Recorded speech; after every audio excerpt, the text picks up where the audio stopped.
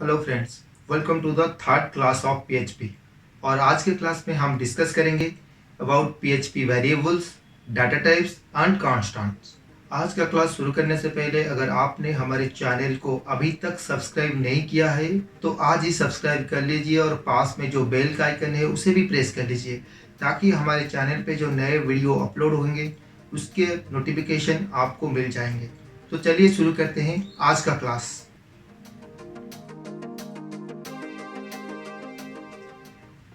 पहले हम डिस्कस करेंगे वेरिएबल्स इन पीएचपी। वेरिएबल के बारे में आपको पता होगा। Variable is a temporary memory location which holds value for some period of time.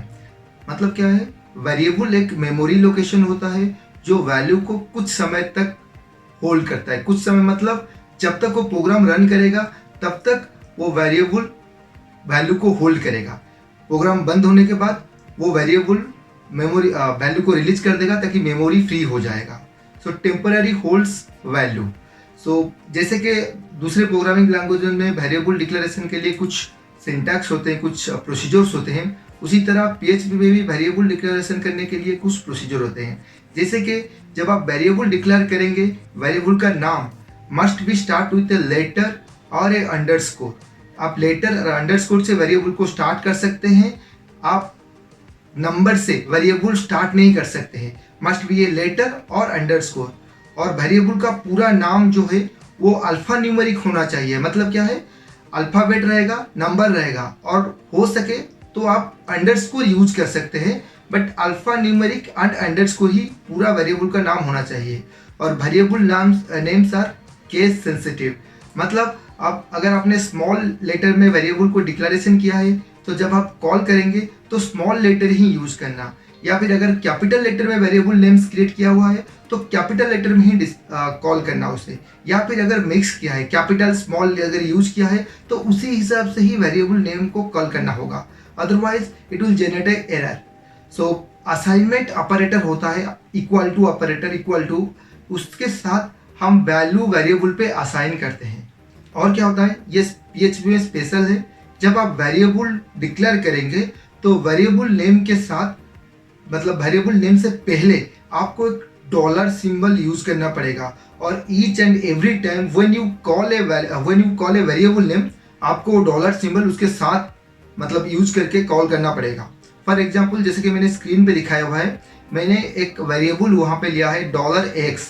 $x is equal to 10। मैंने यहाँ पे $10 में असाइन किया हुआ है। और जब मैं प्रिंट कर रहा हूँ, वैल्यू डिस्प्ले कर रहा हूँ, तो इको, जैसे कि हमने बेसिक प्रोग्राम में डिस्कस किया था, echo is use to print a variable, print a value on the screen. Print पे कुछ प्रिंट करना होता है स्क्रीन पे, तो हम इको स्टेटमेंट यूज करते हैं, इको मेथड यूज करते हैं। इको $x, इसका मतलब ये है जब हम डिफाइन किए थे तभी हम $x यूज कर रहे थे, जब हम डिक्लेयर किए थे तभी हम $x यूज कर रहे हैं, जब हम वैल्यू कॉल कर रहे हैं, डिस्प्ले कर रहे हैं, तभी भी हम डॉलर सिंबल यूज कर रहे हैं वेरिएबल नाम से पहले। ईच एंड एवरी टाइम आपको डॉलर सिंबल वेरिएबल नेम से पहले यूज करना पड़ेगा। और आउटपुट 10 ये स्क्रीन पे प्रिंट करेगा, आउटपुट 10।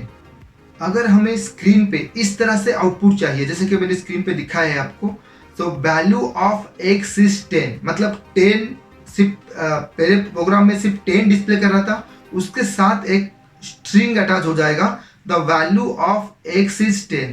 तो इसे कैसे लिखेंगे? पहले तो पीएचपी शुरू करेंगे। $x is equal to 10 echo the value of x को हमें डबल कोट यूज करना पड़ेगा, क्योंकि $x is the variable name and the value of x is a string. दोनों को कंकाटिनेशन करने के लिए, ज्वाइन करने के लिए मैंने यहाँ पे डॉट यहाँ पे एक ऑपरेटर है जो कंकाटिनेशन ऑपरेटर के हिसाब से यूज होगा। तो स्ट्रिंग एंड वेरिएबल को ज्वाइन करने के लिए हमने यहाँ पे डॉट ऑपरेटर का यूज किया है। आप आउटपुट क्या दिखाएगा? The value of x is 10। मतलब जब स्ट्रिंग डिक्लेयर करें, स्ट्रिंग लिखेंगे इको के साथ तो डबल कोट यूज करेंगे, जब वेरिएबल डिक्लेयर करेंगे तो कोई डबल कोट नहीं है, बस डॉलर सिंबल और वेरिएबल का नाम डिक्लेयर करेंगे।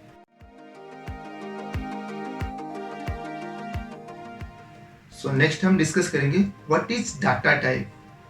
Data type decides which type of value stored by variable. एक वेरिएबल किस तरह का वैल्यू कंटेन करेगा, ये डाटा टाइप डिसाइड करता है।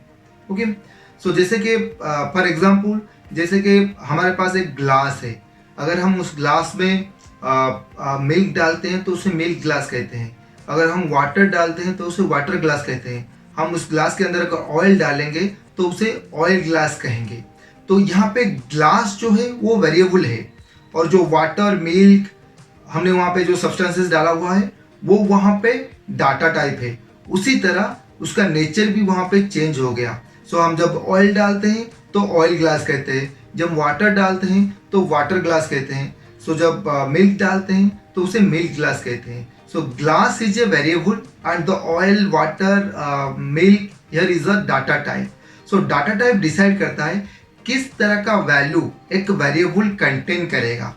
ओके, सो इन पीएचपी में क्या होता है, हमें डाटा टाइप डिक्लेयर करने की जरूरत नहीं होती है। जैसे कि हमें लास्ट प्रोग्राम में देखा, सो हमने $x=10 लिखा था, मतलब हम $x में एक न्यूमेरिकल वैल्यू, एक इंटीजर वैल्यू स्टोर कर रहे थे 10।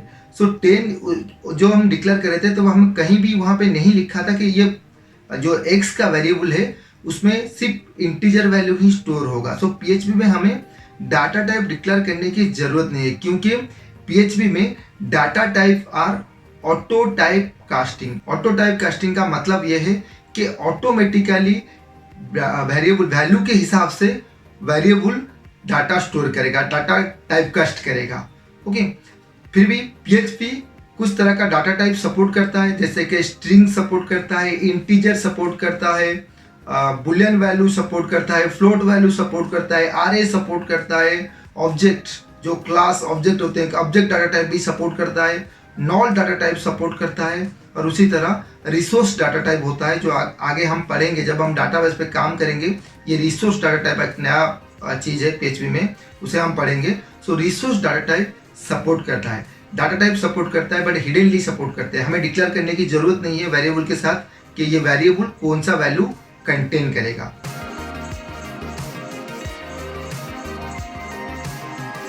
सो हम नेक्स्ट देखेंगे कांस्टेंट क्या है। जैसे हर प्रोग्रामिंग लैंग्वेज में एक कांस्टेंट होता है, उसी तरह पीएचपी में भी हम कांस्टेंट डिक्लेयर कर सकते हैं। कांस्टेंट इज ए नेम और N identifier for a simple value, मतलब कोई वैल्यू स्टोर करने के लिए हम एक आइडेंटिफायर यूज करेंगे, जैसे कि वेरिएबल डिक्लेयर करते हैं उसी तरह। पर वेरिएबल में क्या होता है, प्रोग्राम के बीच में हम अगर चाहें तो वेरिएबल में जो प्रीवियस वैल्यू है उसे निकाल के नया वैल्यू असाइन कर सकते हैं, और कांस्टेंट में ऐसा नहीं होगा। कांस्टेंट एक बार वैल्यू पकड़ लेता है तो थ्रू आउट प्रोग्राम वो उसी वैल्यू को कैच करके रखता है, होल्ड करके रखता है, और पूरा प्रोग्राम में उसी वैल्यू को एक्सेस करता है। So value can not be change during the execution of script. Program में ये वैल्यू चेंज नहीं करेगा, और वेरिएबल की तरह ये केस सेंसिटिव है। अगर आपने स्मॉल लेटर में कांस्टेंट डिफाइन किया हुआ है तो आपको स्मॉल लेटर ही कॉल करना पड़ेगा, अगर कैपिटल लेटर में क्रिएट किया हुआ है तो कैपिटल लेटर में ही वेरिएबल को कॉल करना पड़ेगा। और ऑटोमेटिकली जो वैल्यू होता है कांस्टेंट का, वो होता है global across entire the script, पर पूरा स्क्रिप्ट में ये ग्लोबली एक्सेस होता है। किसी भी फंक्शन पे जाओ तो कांस्टेंट का वैल्यू आप यूज कर सकते हो। ओके, सो लाइक वेरिएबल ये लेटर और अंडर सोर्स के आप शुरू कर सकते हैं। और पीएचपी में वेरिएबल क्रिएट करने के लिए आपको एक मेथड यूज करना पड़ेगा, that method is define method. Define method से आप पीएचपी में कांस्टेंट डिक्लेयर कर सकते हैं, जैसे कि सिंटैक्स में दिखाया गया है। डिफाइन नेम, पहला पैरामीटर होगा उसका नेम, कांस्टेंट का नेम क्या रहेगा, दूसरा पैरामीटर होगा वैल्यू, और तीसरा पैरामीटर केस इंसेंसिटिव, मतलब आप केस इंसेंसिटिव कर सकते हैं या सेंसिटिव कर सकते हैं, ये ऑप्शनल है, पर name and value is the compulsory parameters for defining a constant. For example, जैसे एग्जांपल में दिखाया गया है, डिफाइन ग्लास, हमने एक वेरिएबल यहाँ पे लिया हुआ है ग्लास, और उसमें वैल्यू स्टोर किया है give me a glass of water please, और हम कॉल कर रहे हैं इको ग्लास। हमने यहाँ पे कैपिटल में ग्लास वेरिएबल डिफाइन किया था, इसीलिए हम कैपिटल पे ही इसे कॉल कर रहे हैं। तो ये प्रिंट करेगा स्क्रीन पर give me a glass of water please, so just like your variable. और एक कांस्टेंट फंक्शन भी होता है जिसके सहारे हम कांस्टेंट के वैल्यू को रीड कर सकते हैं। अगर जैसे कि हमने इको ग्लास किया, सिंपल यहाँ पे ग्लास लिखा, वेरिएबल कांस्टेंट का नाम लिखा, तो आउटपुट स्क्रीन पे आ गया। उसी तरह एक कांस्टेंट मेथड होता है जिसके सहारे हम कांस्टेंट वेरिएबल को रीड करेंगे। फॉर एग्जांपल डिफाइन ग्लास, जैसे हमने ग्लास डिफाइन किया हुआ है और उसका कुछ वैल्यू हमने दिया है, give me a glass of water please. तो हमने यहाँ पे इको कांस्टेंट फंक्शन यूज किया है और उसके पैरामीटर कांस्टेंट का नाम जो था ग्लास हमने यहाँ पे पास किया हुआ है और यहाँ पे आउटपुट दिखा रहा है give me a glass of water. हम डायरेक्टली भी कांस्टेंट नेम लिख सकते हैं और इको कांस्टेंट भी मेथड भी यूज कर सकते हैं कांस्टेंट वैल्यू को प्रिंट करने के लिए। सो ये तो था आज का क्लास। नेक्स्ट क्लास में हम डिस्कस करेंगे ऑपरेटर्स इन पीएचपी। अगर आज का क्लास आपको अच्छा लगा है तो इस वीडियो को लाइक कीजिए, शेयर कीजिए और अगर कोई डाउट है तो आप हमें कमेंट सेक्शन में भी लिख के भेज सकते हैं। अगर आपको इस क्लास का पीडीएफ चाहिए तो अपनी तो पाठशाला.com ओपन कीजिए। उसके बाद वहाँ पे एक रजिस्टर बटन होगा, वहाँ पे रजिस्टर कीजिए। रजिस्टर करने के बाद आपके मोबाइल नंबर और ईमेल आईडी पे अपना पासवर्ड चला जाएगा। उसके बाद वहाँ पे लॉगिन कीजिए। तो यहाँ पे जो रजिस्टर यूजर आईडी था और जो पासवर्ड था जो आपके मोबाइल नंबर पे पासवर्ड मिला होगा उससे लॉगिन कीजिए। लॉगिन करने के बाद ये पहले आपका डैशबोर्ड आपके सामने आ जाएगा। यहाँ पे एक ऑनलाइन क्लास, यहाँ पे डैशबोर्ड पे भी है ऑनलाइन क्लास का ऑप्शन और यहाँ पे लेफ्ट साइड मेनू में भी ऑनलाइन क्लास का ऑप्शन है, वहाँ पे क्लिक कीजिए। उसके बाद यहाँ पे सब्जेक्ट शो करेगा, अभी तक तो PHP MySQL दिखा रहा है, क्लिक कीजिए। उसके बाद यहाँ पे video, tutorial, assignment, MCQ, e books, user query करके टैब दिखाई देगा। अभी तक तो कोई वीडियो यहाँ पे दिखाई नहीं दे रहा है, आ नहीं रहा है वीडियो। यहाँ पे ट्यूटोरियल पे क्लिक कीजिए। तो जो मैं आज इस वीडियो में पढ़ाया हूँ ये इसका ट्यूटोरियल यहाँ पे दिया गया है, क्लिक कीजिए तो एक पॉपअप में वो ट्यूटोरियल आपके सामने ओपन हो जाएगा। ये रहा ट्यूटोरियल जो मैं आज पढ़ाया था क्लास में, तो इसका ट्यूटोरियल यहाँ पे है, आप यहाँ से ट्यूटोरियल भी रेफर कर सकते हैं। और यहाँ पे असाइनमेंट है PHP का। सो अभी तक तो 23 असाइनमेंट है, आगे भी असाइनमेंट यहाँ पे आ जाएंगे। सो कोई भी असाइनमेंट पे क्लिक कीजिए। सो असाइनमेंट यहाँ पे अपलोड हो जाएगा, PDF में खुल जाएगा। आप वो असाइनमेंट भी यहाँ पे PHP का प्रैक्टिस कर सकते हैं। उसके बाद MCQ है, जब MCQ सेक्शन में क्लिक करेंगे एक क्वेश्चन वहाँ पे दिखाई देगा और यहाँ पे 4 ऑप्शन दिखाई देंगे। कोई भी ऑप्शन पे अगर क्लिक करेंगे तो अगर ये गलत हो गया तो उसका आंसर यहाँ पे दिखाई देगा और यहाँ पे एक गो पर नेक्स्ट MCQ का ऑप्शन भी रहेगा।